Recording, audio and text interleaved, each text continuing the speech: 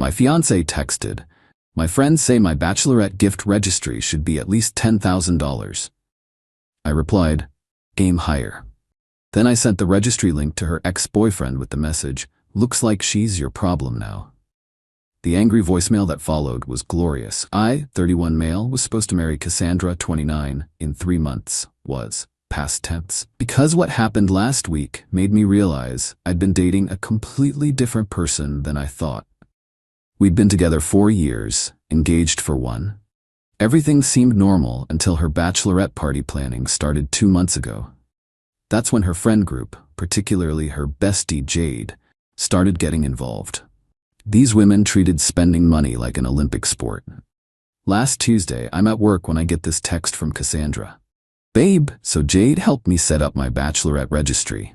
She says the standard is minimum $10 in gifts these days. Here's the link. Can you share with your groomsmen? They should contribute too, since they're in the wedding party." I clicked the link. This wasn't a joke. There was an actual registry with designer bags, $3,000 plus, spa packages, $1,500, Bachelorette Party Enhancement Fund, $2,000, luxury hotel upgrades for her Vegas trip, $2,500, bride tribe appreciation gifts, basically she wanted money to buy her friends presents, $1,000. I texted back, "Aim higher." She responded with, "OMG, really, you're the best. I'll add more." That's when I knew exactly what I had to do. See, Cassandra had stayed friends with her ex, Blake. He'd been sniffing around our entire relationship, always commenting on her posts, always just happening to show up places we were. She insisted he was harmless, just couldn't let go. I'd noticed she never really shut him down firmly either. I forwarded the registry link to Blake with, "Looks like she's your problem now. Good luck affording her." Then I grabbed my laptop and started working on a few things. 1. Canceled all wedding vendor deposits that were in my name, most of them. 2. Removed her from my streaming services and Amazon Prime. 3. Texted my landlord that she'd be moving out, apartment was in my name only.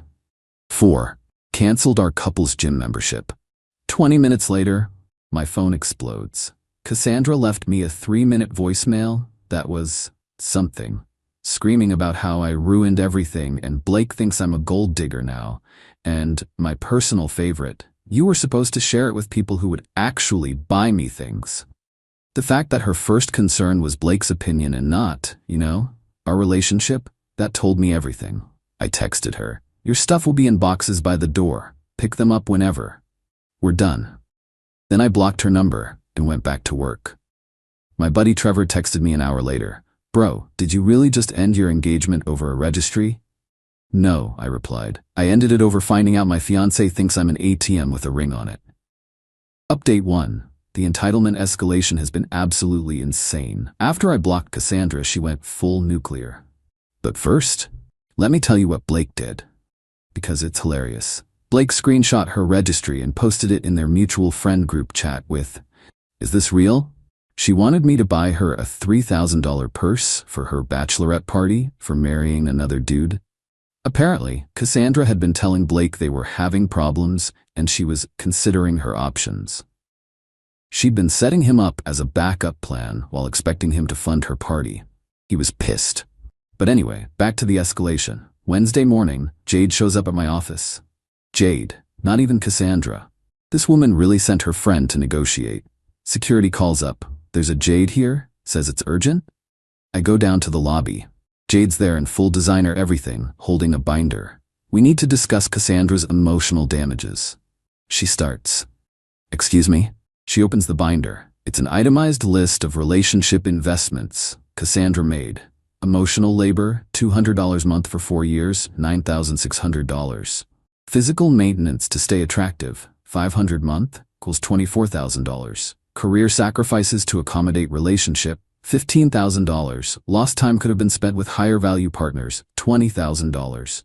Total, $68,600. Cassandra is willing to accept a $30,000 settlement to avoid legal action, Jade says with a straight face. I laughed. Actually laughed.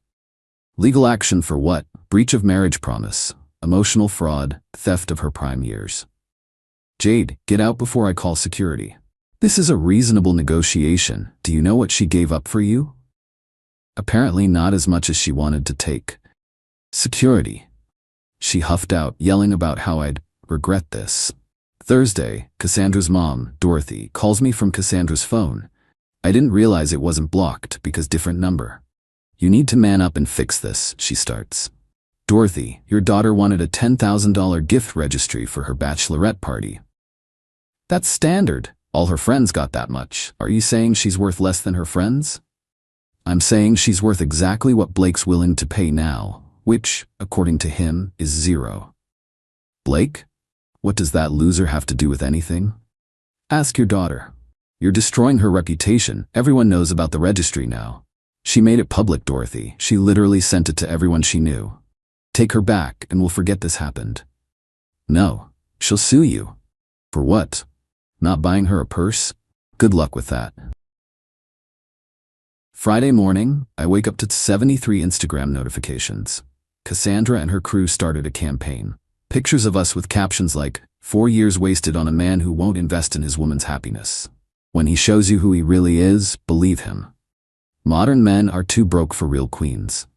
The best part, she tagged my company. My company. I screenshotted everything, sent it to my lawyer friend Rahman. He laughed and said, keep documenting. This is gold if she actually tries to sue. But the peak entitlement came Friday afternoon. Cassandra showed up at the apartment with a U-Haul and 8 people. 8. Including Jade, her mom, her sister, 2 cousins, and 3 guys I didn't recognize. She tried to use her key. Didn't work. I'd changed the locks. She starts banging on the door. Open up. I'm getting my things. I called the cops and talked to her through the Ring doorbell. Your stuff is in boxes in the lobby. The building manager has them. I'm taking the TV and the couch and the kitchen appliances. That's all mine. I have receipts. I picked them out. They're basically mine. That's not how ownership works. One of the random guys tries to jimmy the door. I inform them they're on camera and the police are coming. They scattered pretty quick after that, but not before Cassandra screamed, "You're gonna pay for this. I'm taking everything." The building manager called me later. They took her boxes and left a huge mess in the lobby. She also tried to convince him to let her into the apartment, claiming domestic violence. He didn't buy it, especially since she brought a whole crew in a moving truck. Saturday update, Blake sent me a DM. Bro, I didn't know she was this crazy. She asked me to co-sign a loan for her to sue you. A loan. To sue you for not buying her gifts. I blocked her ass. Even her backup plan bailed, LMAO. Update 2 y'all. The audacity has reached levels I didn't know existed. Monday morning, I get served with actual legal papers. She found a lawyer. Somehow. The lawsuit alleges 1. Promissory estoppel, claiming I promised to fund her lifestyle. 2. Intentional infliction of emotional distress. 3. Defamation for sending the registry to Blake. 4. Conversion for keeping shared property. She's seeking $75,000 in damages. Rahman looked at it and literally said, "This lawyer should be disbarred. This is basically legal toilet paper." But here's where it gets wild. Tuesday, I get a call from my mom. "Honey, why is Cassandra's mother calling me about wedding arrangements?" "What?" She says the wedding is still on, you're just having a moment, and we need to finalize catering. Dorothy was calling vendors and family, telling everyone the wedding was still happening, and I was just stressed from work. She'd been collecting RSVPs and accepting gifts on our behalf. I immediately sent out a mass email. "The wedding is canceled. Please do not send gifts. Any gifts received will be returned." But Cassandra had already cashed several checks from elderly relatives who don't do online banking. About $3,000 worth. Wednesday, the apartment building calls. Cassandra had listed the apartment on Airbnb. My apartment, that she doesn't live in anymore. Someone showed up with a reservation. I had to explain to a confused tourist family that no, they couldn't stay in my home, and yes, they'd been scammed. Thursday was when she really lost it. I get a notification that someone's trying to access my bank account, then my email, then my social media. She was trying to hack into everything, but the best part? She did it from her laptop, which was still logged into her email, which she'd left logged in on my iPad that she'd forgotten about. I could see everything. Emails to friends saying she was going to destroy me and take everything. Messages to random men on dating apps saying she was almost single and looking for a real provider. And my absolute favorite, an email to a sugar daddy website asking about earning potential. I screenshot everything. Ramon was building quite the countersuit file. Friday, she made her final mistake. She posted on LinkedIn, a long rant about how I was a narcissistic abuser who financially controlled her and how she was starting a coaching business for women escaping financial abuse. She included a PayPal link for donations. Several of her professional contacts called her out in the comments. Her employer saw it.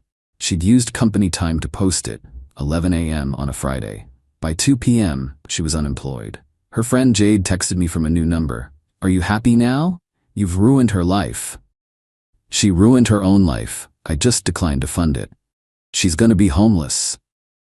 Maybe she should have thought about that before suing me instead of getting a job. You're heartless. No, I just have boundaries. Novel concept for y'all, I know. But Saturday was the grand finale. Cassandra sent one last email from a new account since I'd blocked everything else. "I'll drop the lawsuit if you give me $10,000 and take me back. This is your last chance to fix this. I know you still love me. We can work through this. I'll even lower my standards and forget about the registry." Lower her standards. She really thought she was doing me a favor. I forwarded it straight to Ramon. He responded to her lawyer with a countersuit for harassment, attempted fraud, the Airbnb scam, defamation, the LinkedIn post, attempted identity theft, the hacking attempts, theft, the wedding gift checks she cashed. Her lawyer dropped her immediately. Final update, this is it. The conclusion to this absolute circus. After her lawyer dropped her, Cassandra went silent for exactly 3 days. Then she tried one more Hail Mary. She showed up at my parents' house, in another state. She drove 6 hours to cry to my mom. My mom called me. She's here with a PowerPoint. A what? A PowerPoint presentation about why you should take her back. She has graphs. Graphs, y'all. My mom, bless her, let her present it just for the entertainment value. According to her, it included a cost-benefit analysis of their relationship, market research on what other men would have to pay for a woman of her caliber, a 5-year plan for their financial future, where I apparently would triple my salary, testimonials from her friends about what a catch she was. My dad told her to leave. She refused. They had to call the cops. She was escorted off the property while screaming about investment opportunities and ROI. But while she was busy harassing my parents, the real consequences were catching up. 1. The Airbnb scam was reported to the platform. She was permanently banned and they're pursuing fraud charges. 2. Her former employer contacted me because she'd listed me as a reference for new jobs. I told them about the LinkedIn post she made on company time. Word spread. She's basically unhireable in her industry. 3. Remember those wedding gift checks she cashed? Turns out one was from my great aunt, who's married to a retired judge. He was not happy. They're pressing charges for fraud. 4. Blake, her backup plan, posted all their messages online. She'd been stringing him along for years, getting gifts and money while we were together. His caption, "This is what a professional gold digger looks like." 5. Her friend group imploded. Jade got exposed for encouraging the whole thing because she was getting a finder's fee from any money Cassandra extracted from me. Found this in the emails. The other bridesmaids were furious they'd been manipulated. The countersuit Ramon filed scared her enough that she dropped everything and agreed to pay back the wedding gift money, cover my legal fees, sign an agreement to never contact me or my family again, return the engagement ring, which I'd forgotten to ask for. The last I heard, through mutual friends, she moved back in with her parents. She's working at a MLM selling essential oils. She started a TikTok about being a victim of narcissistic abuse that has 12 followers. Her mom, Dorothy, is still telling people the wedding is just postponed. Jade isn't talking to her after finding out Cassandra was telling people. Jade manipulated her. Blake sent me a final message. Dodged a bullet, bro. We both did. The engagement ring? Sold it. Used the money for a boys' trip to Mexico with the groomsmen. We toasted to dodging bullets with top-shelf tequila. My favorite part of all this? She sent one final email last week from her mom's account. "I'm willing to forgive you and start fresh. But my new Bachelorette registry minimum is $15,000 since you caused me so much trauma. This is non-negotiable." She raised her price. After everything. The delusion is genuinely impressive. I didn't respond. But I did laugh for about 10 minutes straight. Ramon framed her original lawsuit in his office as the most entertaining case that never went to trial. My mom kept the PowerPoint. She shows it at parties. It's become legendary in our family. And me? I'm living my best life. Alone. Financially stable. Without anyone demanding $10,000 for the privilege of marrying me. Funny thing is, I make good money. Would have happily spent on a woman who actually loved me. But a $10,000 Bachelorette gift registry? That's not love. That's a business transaction. And I'm not in the market. To anyone wondering if I regret how I handled it, hell no. The registry was just the mask slipping. Everything that came after showed me exactly who she really was. A woman who saw me as a credit card with a pulse. Thanks for following this wild ride. May all your relationships be genuine and your gift registries be reasonable. P.S. Cassandra, if you're reading this, and according to mutual friends, you're obsessed with finding it, that $15,000 registry isn't happening. Neither is $10,000, or $5,000, or $5.